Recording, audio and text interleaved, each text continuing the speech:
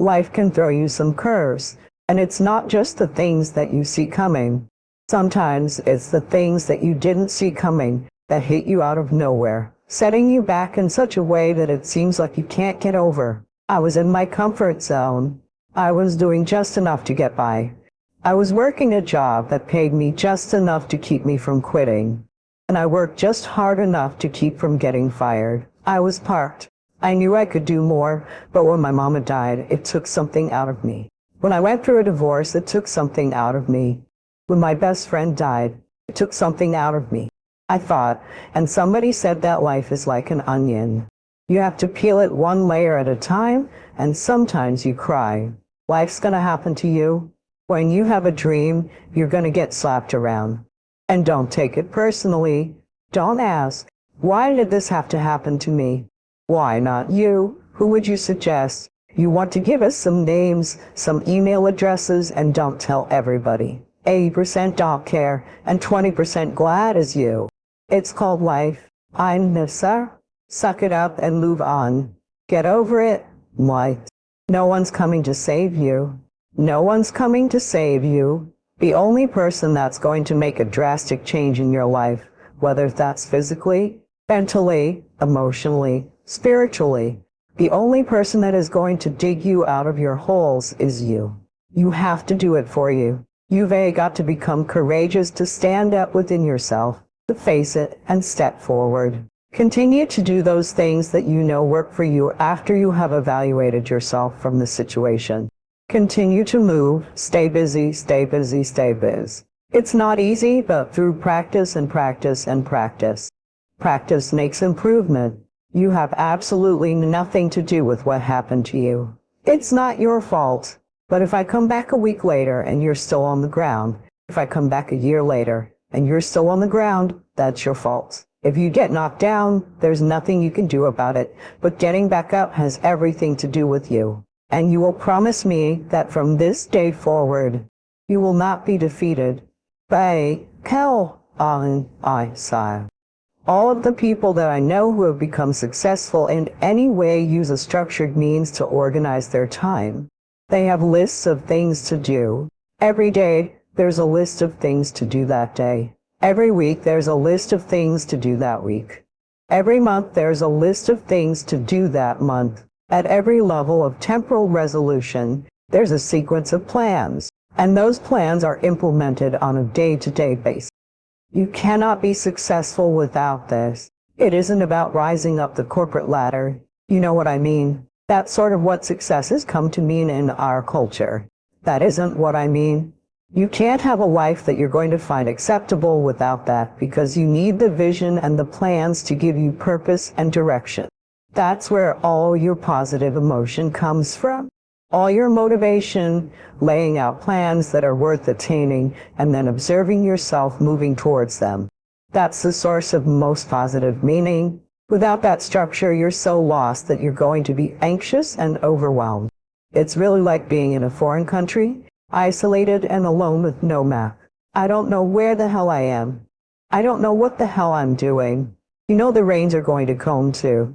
The storms are going to come, and maybe it's winter, and I don't know where I am or where I'm going.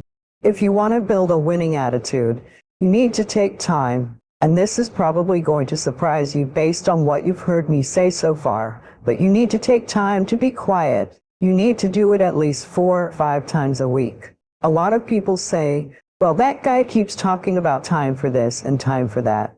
I don't have time for all of these things. Let me tell you how you can create an extra 3 hours every day of your life, guaranteed. Over 70% of all the time spent watching television is spent watching things you have no interest in.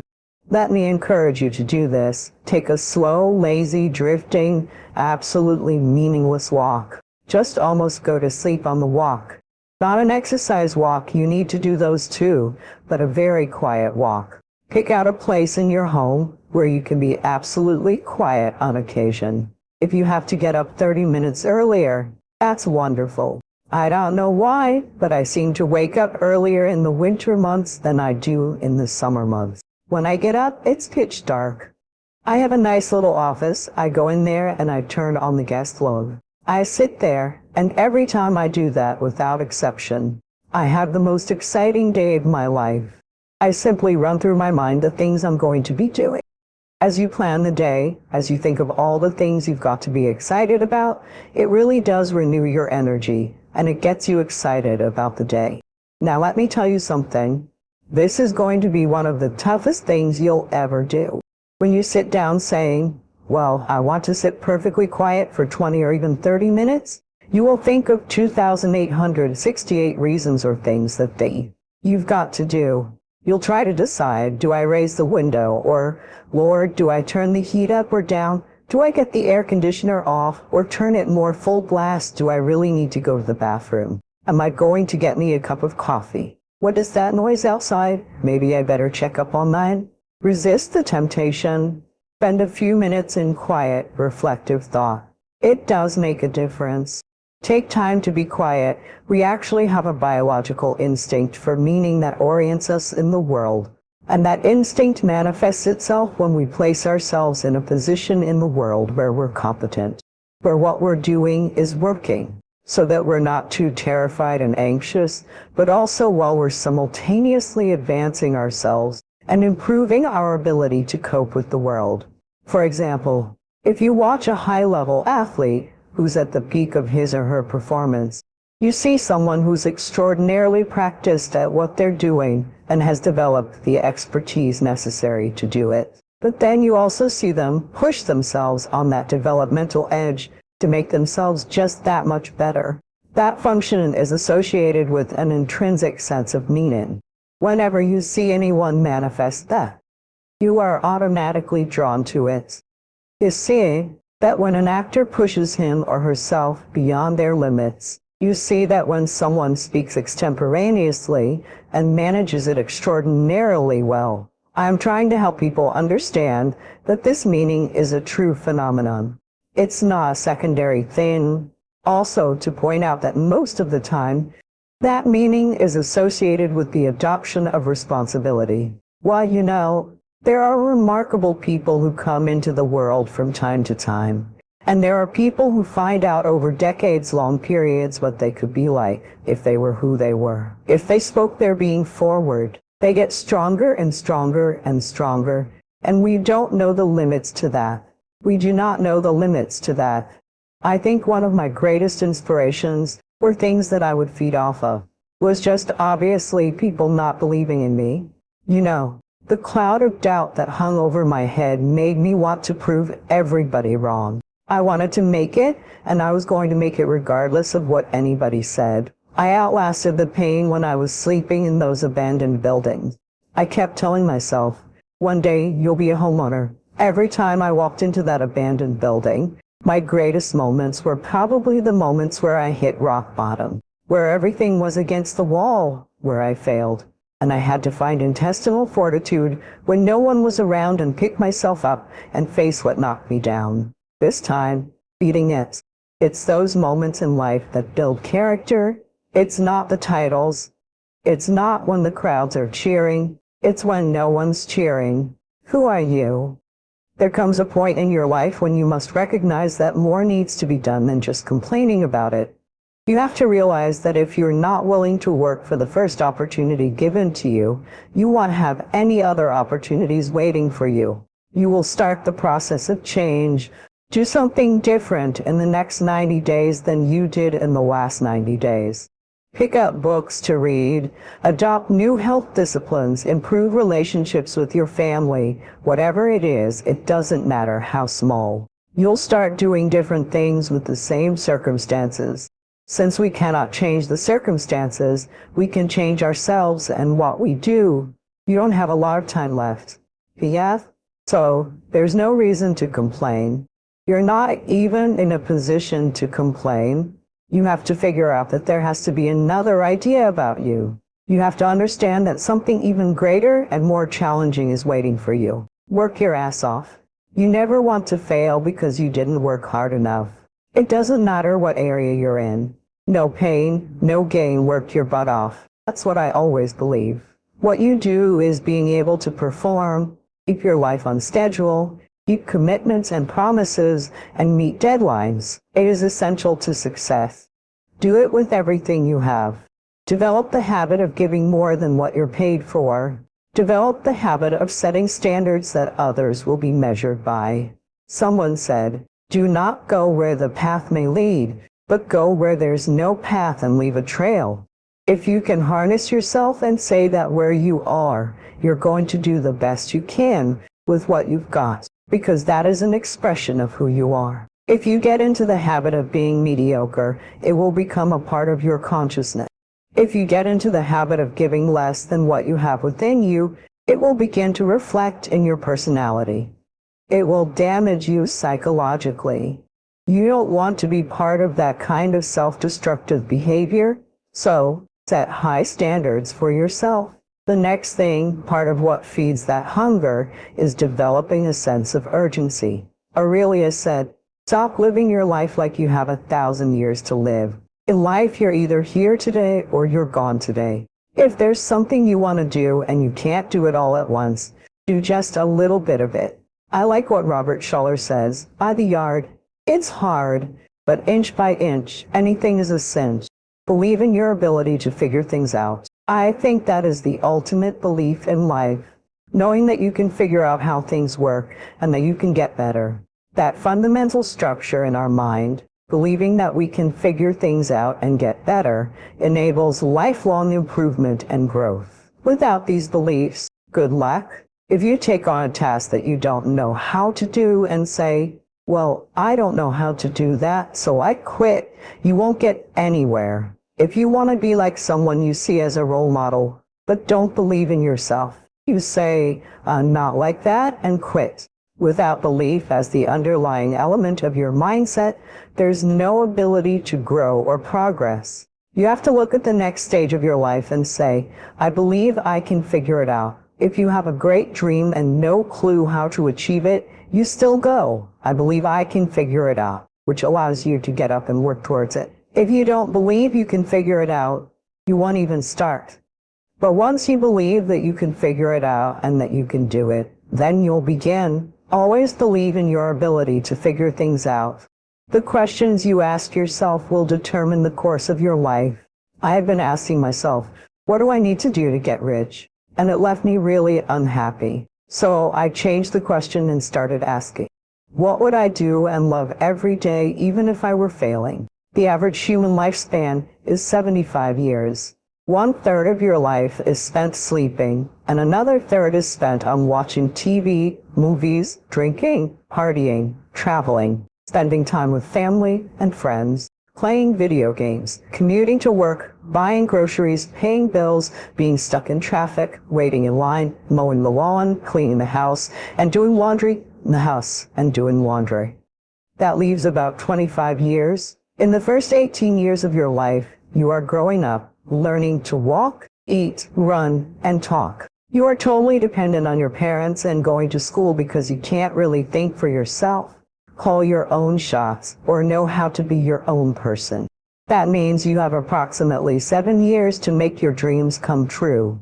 If you have a job, you probably spend most of your time working for someone else instead of building your own dream. Life is too short to waste time on people who don't lift you up or inspire you. Life is too short to live someone else's dream. Life is too short to wait. Life is too short not to take chances. Life is too short to wake up with regrets.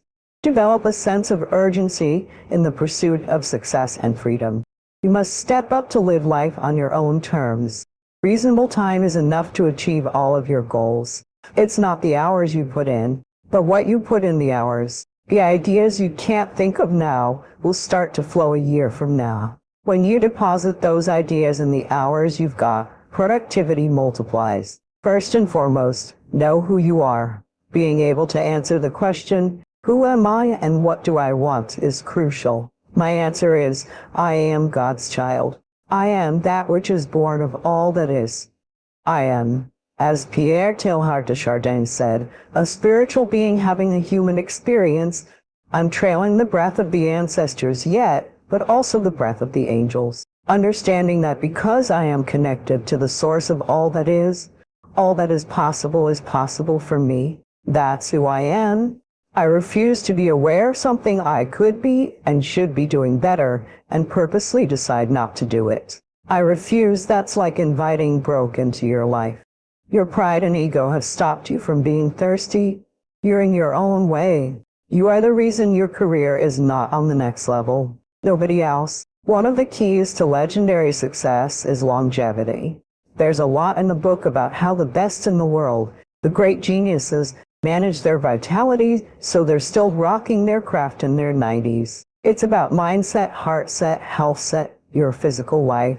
And a key area that resonates with you is the fourth interior empire, your soul set. If your ego is running the day, you'll never go out there and change the world. A bad day for the ego is an awesome day for the soul. Work on your soul set so that you are a titan of humanity, intimate with your highest nature, and wiring in the great values. Live for a cause bigger than yourself. That's what allows you to go out into the world, move through failures, and truly own your domain. Once you work on these four interior empires, you go out into the world, and everything you touch turns golden because our outer success is always a function of who we are on the inside. If you can get a mental image of the person you would most like to become, begin now to act as that person would act in everything you do. Gradually, imperceptibly, you will actually become that person. It goes back to what the great German poet and philosopher Goethe once said, before you can do something, you must first be something. Before you can do what you would most like to do, you must first become the person who can do it.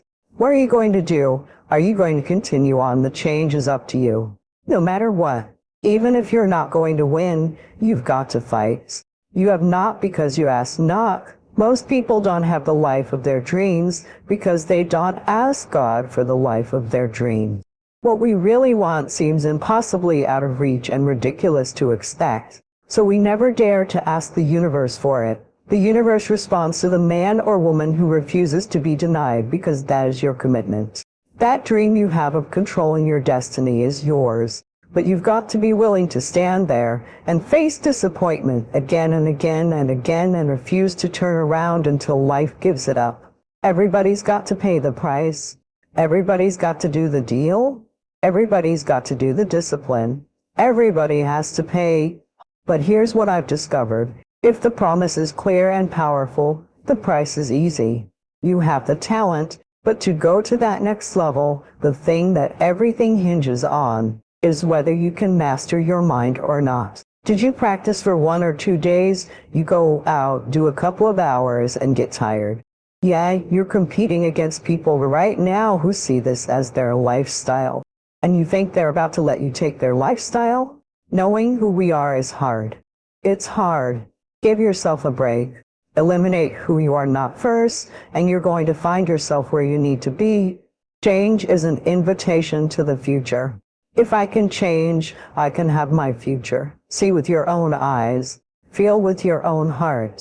Trust what your own eyes see, and believe what you feel in your heart. A word we throw around all the time is difficult. How difficult will the journey be? How hard is it going to be to succeed? This is more or less asking if a desirable outcome is likely. We're asking if it's worth our time, but that's not the right way of looking at it. If you want something enough, difficult becomes your best friend. It's your greatest asset. See, we all grow from 2 experiences. One is called the pain of losing. The other is called the joy of winning. We need both of them. Amplify them as much as you can, which also means making losing painful. If you set up something, fool around, didn't get it, put it on yourself. But hey, winning and losing, that's what it's all about. That's the name of the game. Now, some people lead such mediocre lives that at the end of the day, they don't know whether they're winning or losing. They've got no clue. There's a better way. The only way to be a professional is to work harder than everybody else. A professional, like a professional baseball player or boxer, is someone who's better than everyone else. That's why they get paid so much to do it. That means work. It ain't nothing. Professionalism isn't going to be given to you. There's some sacrifice. There's always pain. And there's always going to be dark times. You've got to have that thing that makes you go when you want to stop. You continue. There's nothing that will get in your way of getting it done day after day. I'm not going to let this get me down. I'm not going to let this destroy me. I'm coming back and I'll be stronger and better because of it. You have got to make a declaration that this is what you stand for. You're standing up for your dreams. You're standing up for peace of mind. You're standing up for health. You want it, and you're going to go all out to have it. There's an inevitability to success. It's not a matter of if, it's a matter of when. When we adopt one more, when we adopt compound pounding, it's not going to be easy. When you want to change, it's not easy. If it were in fact easy, everybody would do it. But if you're serious, you'll go all out. How do you want to live your life? Now is a great time to start. With you, how can you be better today? Doing what you love is the cornerstone of having abundance in your life. What do you want to do economically? Where do you want to go? What do you want to be? What would you like to have? What would you like to share? How much would you like to earn? How far would you like to earn? How far would you like to go? Those are some major questions to ask. For that all to work out like you want it to for the next 5 or 10 years, in my personal opinion, you've got to get serious, provoked to purpose. You would think that purpose just happens, but purpose doesn't just happen. They went years just going through routine. Being provoked is not a good feeling. It is an uncomfortable, irritating feeling. It is a scary, annoying feeling. The right perspective makes the impossible possible. You cannot change the past, but you can always change your perspective. No problem could be solved from the same level of consciousness that created it. This is you versus you. Once you stop paying attention to everything that has nothing to do with you, your life will change. If you want anything in life, it's not coming to you while you sit on your hands. Get up, get out there, and get it. Make a decision that you want it, and do whatever it takes to get it. Change is inevitable, and you are either changing for the worse or changing for the better. You decide. You could make all the excuses you want, but stop making them. Stop giving in to them no matter how valid they are, no matter how real they may seem. You can finally decide that you're going to get up and move, that you're going to create momentum, that you're going to take a step, that you're going to make the demand, that you're going to create momentum and get something done. This is about winning. This is not about winning a year. This is about winning moment by moment. This is about winning every day. This is about winning a few days in a row, 5, 6, 7 days in a row, and then winning the week. Then it's about winning a few weeks in a row and winning your month.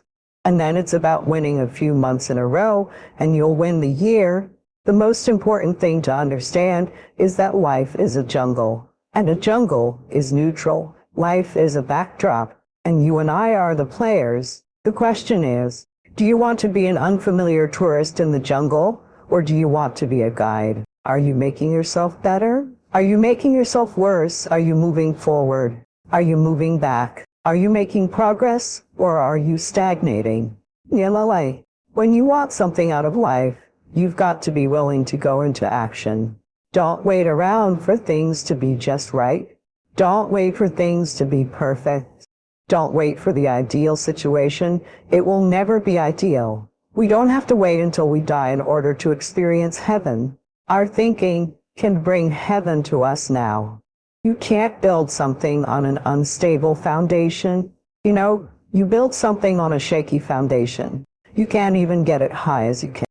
Good habits are hard to come by, but what's even harder to come by are people who have good habits that you can be around. While everybody else is clubbing and hanging out, you've got your focus right. I respect anyone who wakes up every day and works their ass off to live their life and lifestyle. As a human being, you've got unlimited potential. You can put effort on yourself, and by concentrating on yourself and developing yourself, you can transform your life. Wherever you are right now, do the work you do not want to do now, so you will be where you want to be in the future. There will be many giants in your life, There will be depression, anxiety, oppression, stress, and overwhelm. Will you buckle under the pressure, or will you rise to the occasion? I said, "Look, lady, you're losing your time, tasks, and your health, and your discipline wavers. Rise up and aggressively move forward down the path toward victory. What is it that's going to truly fulfill you? What is it that's going to give you that extraordinary life? What's going to make things magnificent on your terms? Not somebody else's terms, not your father's, your mother's, or your background.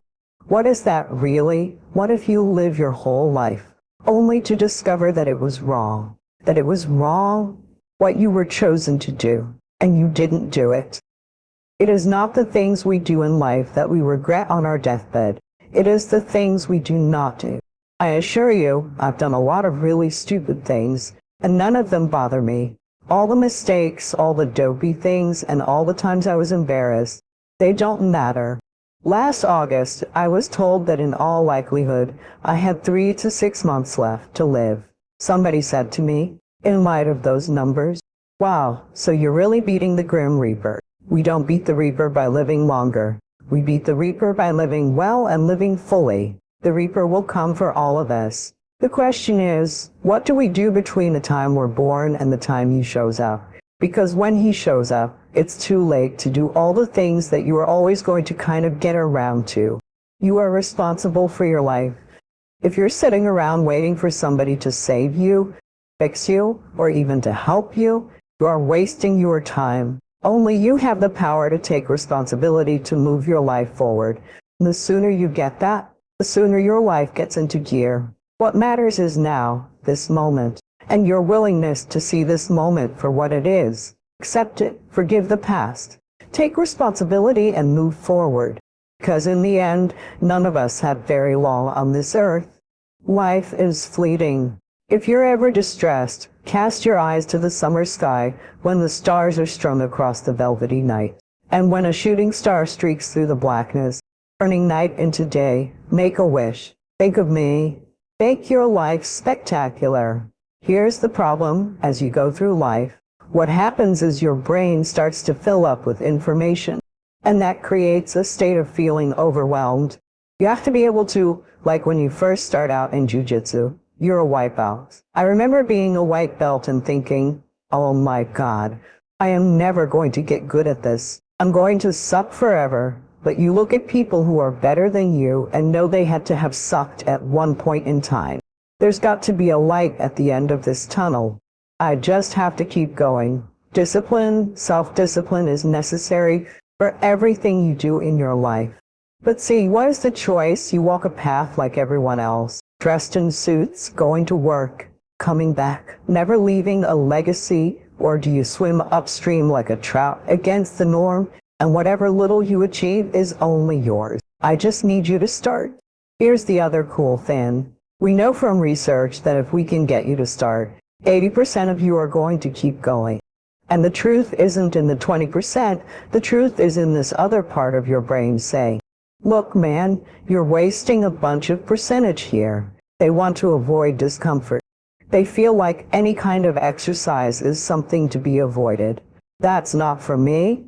They don't want to sweat, they don't want to strain. A lot of times, this association they have is about the beginnings of getting in shape, not about once you're actually fat.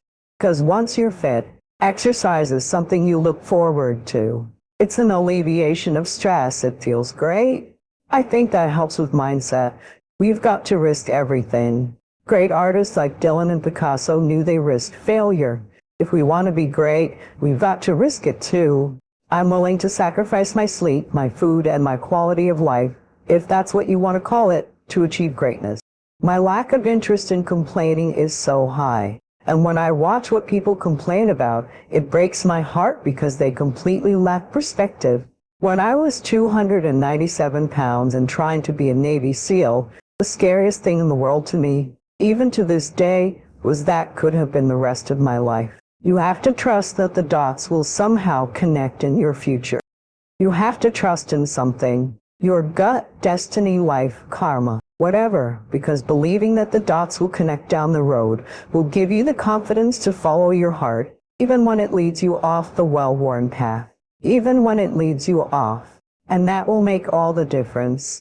It's a luxury to pursue what makes you happy. It's a moral obligation to pursue what you find meaningful. That doesn't mean it's easy. It might require sacrifice. If you need to change your job, for example, let's say you have a family, children, and a mortgage. You have responsibilities. You've already picked up those responsibilities. You don't just get to walk away scot-free, saying, well, I don't like my job, I quit. That's no strategy.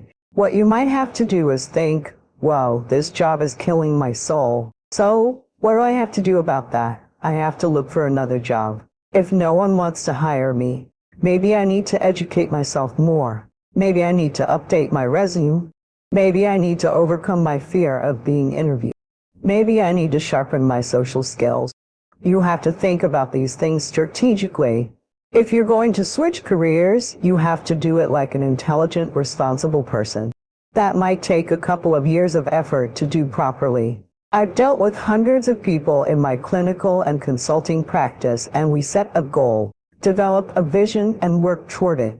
Inevitably, things get better for people. So, it's not a luxury, it's a moral responsibility. It isn't about happiness. The pursuit isn't for happiness, it's a moral responsibility to pursue what has meaning. Absolutely, Charles. I love what I do as a leader and a journalist at Axios. My dream would be to do what I do at 65, 75, or even 85. How do you make that possible? What is your regimen? Well,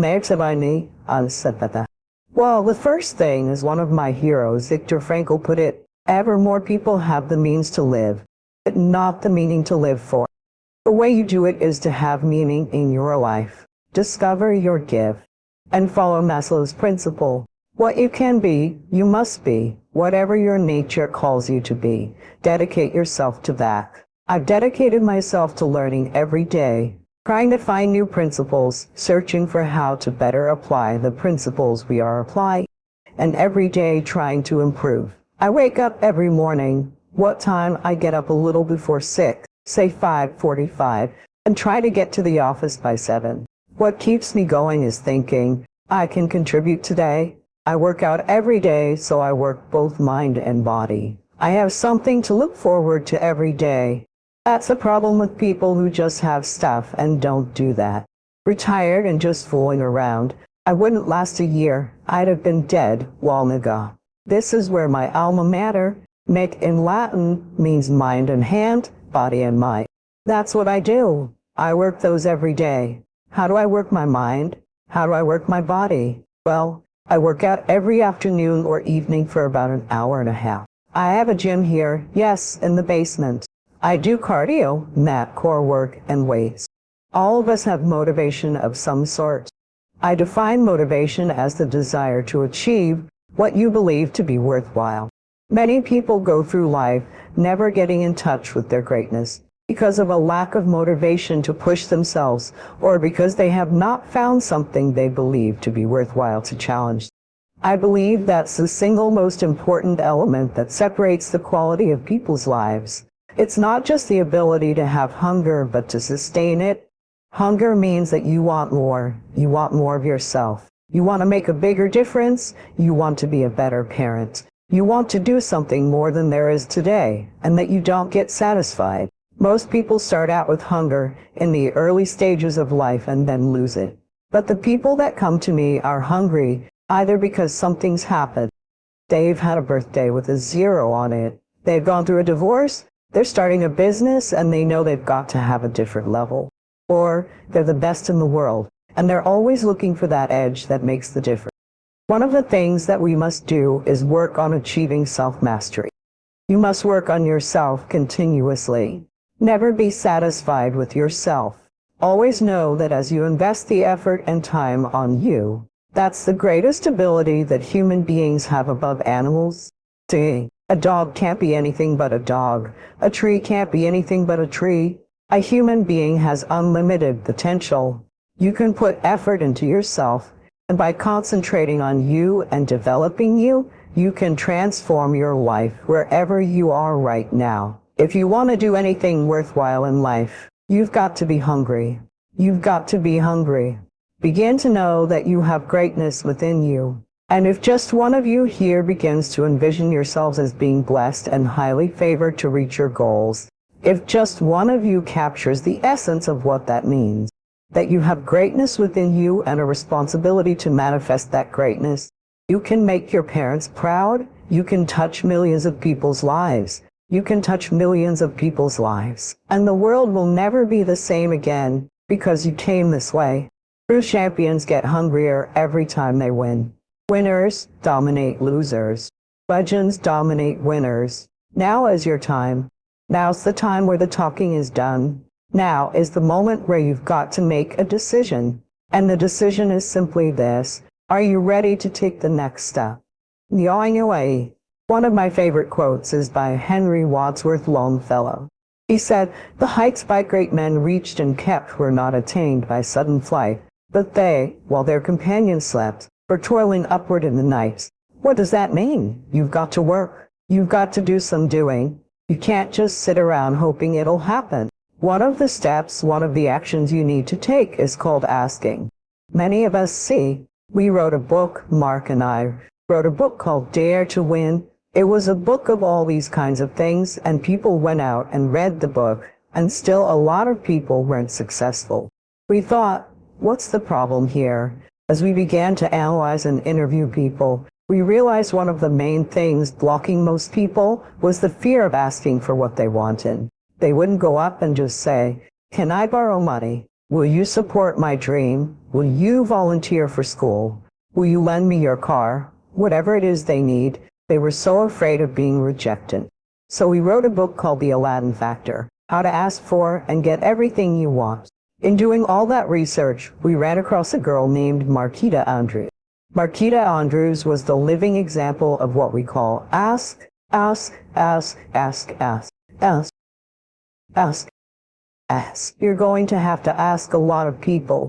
Marquita, when she was a little girl, her mother came up to her and said, "Marquita, I have a dream. My dream is to travel around the world, but I also have a dream for you. I want you to graduate college.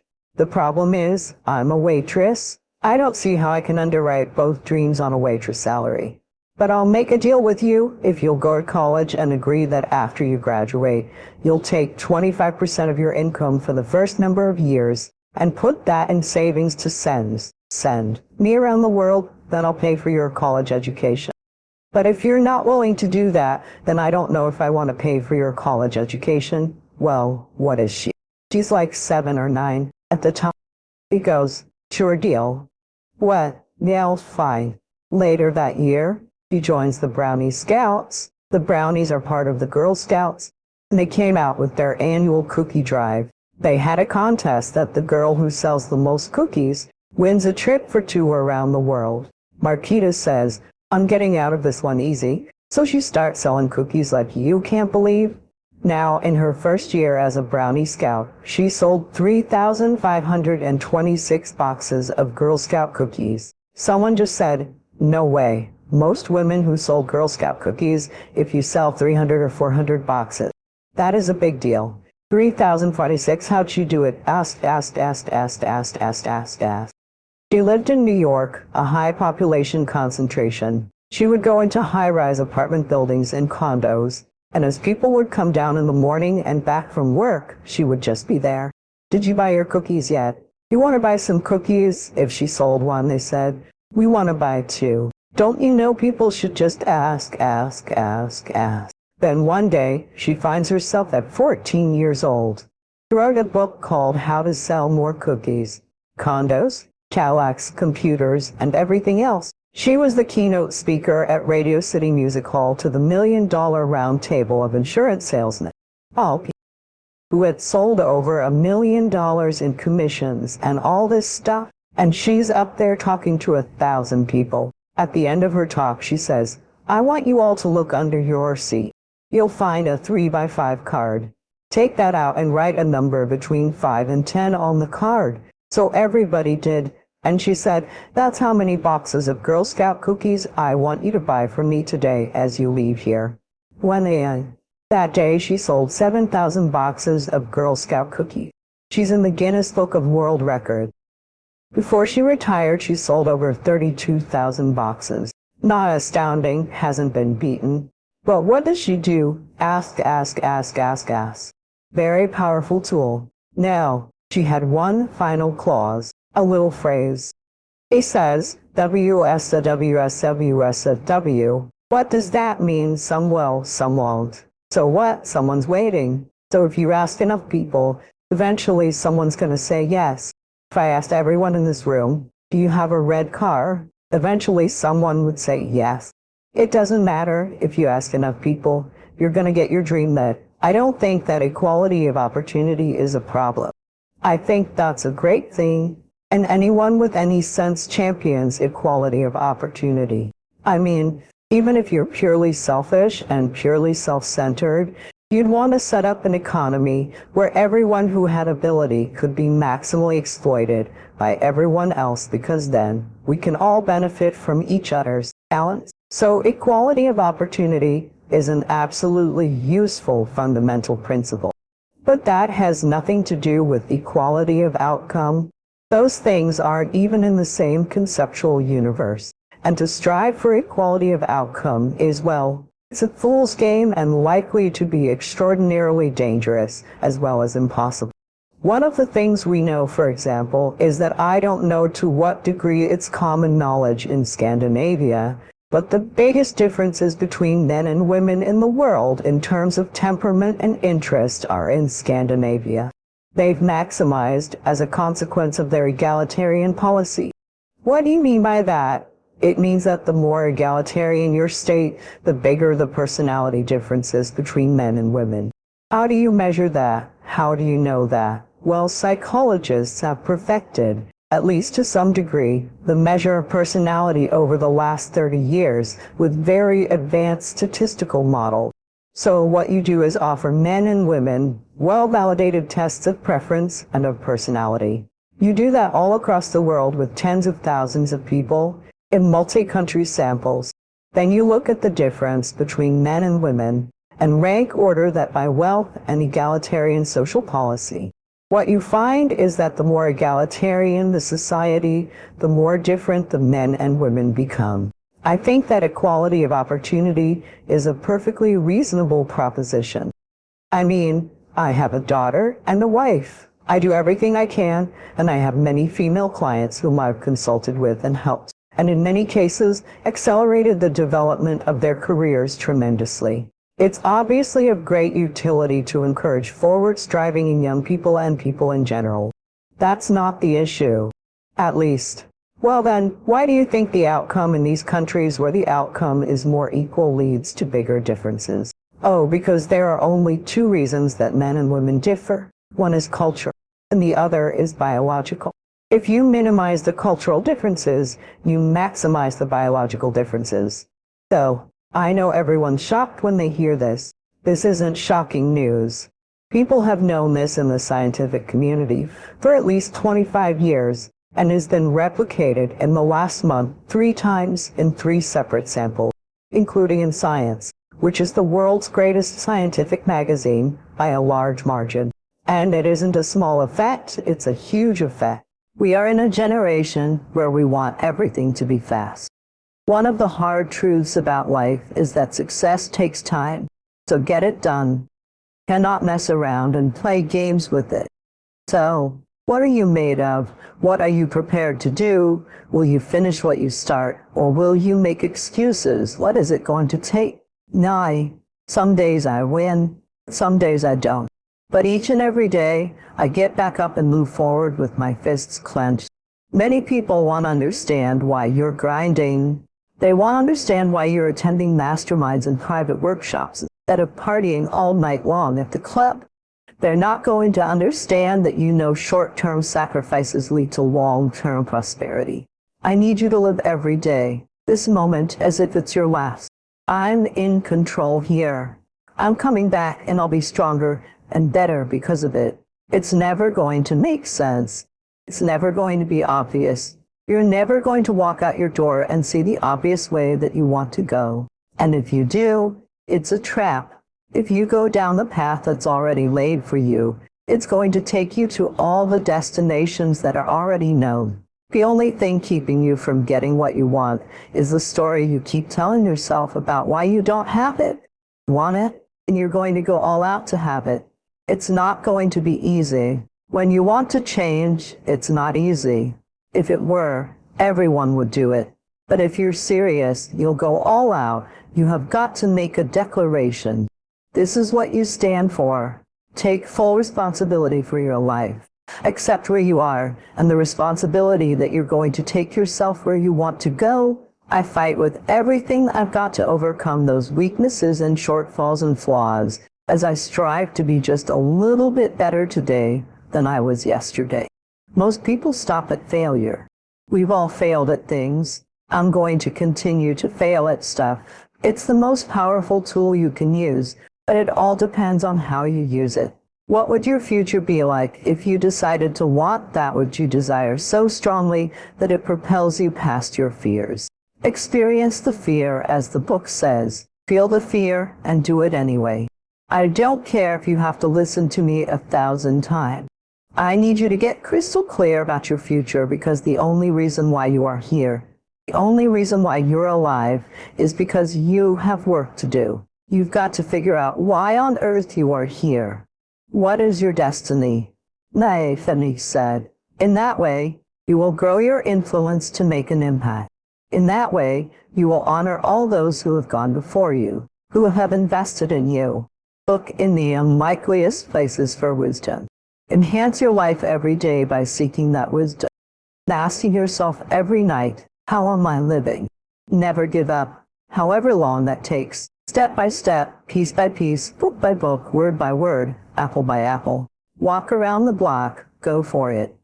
Don't miss the chance. Grow and resolve that you'll pay the price until you learn, change, and grow.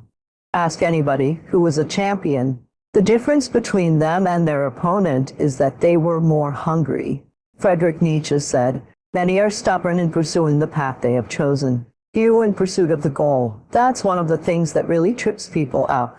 But as Einstein said, if you want to live a happy life, tie it to a goal, not to people or things. It's never the result of a few lucky decisions, but always the result of countless consistent decisions made over time. You're trying, but you don't see a lot of immediate life change. You tend to get frustrated, discouraged, and you often feel like quitting. Don't give up. So, we live in this perception of ourselves. Hence, my identity is made by what my parents think I should be. My identity is made up by what my college or university thinks I should achieve. Maybe that just doesn't fit, and I think so many people feel that way today, that they don't fit. Why are you where you are in your life? The choices that you have made have been because of what you believe to be true for yourself. Do you know why? Because when they told me I couldn't do it, I was bound and determined to show them that I could. Tell me I can't do it, and I will prove you wrong. I will show you. You have chosen the wrong person to tell they can't do something. I can't will stop you, will slow you down, will turn you around and cause you to move backwards if you let it. But if you have the proper mindset, I can't will do nothing but make you more determined to reach your goal. There are times when anything that can happen will happen. Murphy's Law will be knocking at your door. I suggest that if you are facing a challenge, don't stop. Stay busy. Championships aren't won in the theater of the arena. They're won in the thousands of hours in the training room, the labs, 5 a.m. runs, and then when it's raining, whenever else is sleeping. When it's won. Be very specific when you write your goals and targets down, and don't get lost in the mechanics while you're writing them down. Set some big giant targets. Be willing to be disappointed, dejected, and come up short on your goals. Look, if I aim for the moon, I might end up with the stars. It doesn't matter what happens to you. What matters is what you're going to do about it. There are times when things aren't going to go right. Things are going to happen to you, and the most important thing to do is to harness your will and let it go, and move so you can grow and get on with your life. I'm fighting. I'm always fighting. I'm struggling and scraping, kicking and clawing at those weaknesses. And I fight with everything I've got to overcome those weaknesses and shortfalls. and flaws as I strive to be just a little bit better today than I was yesterday.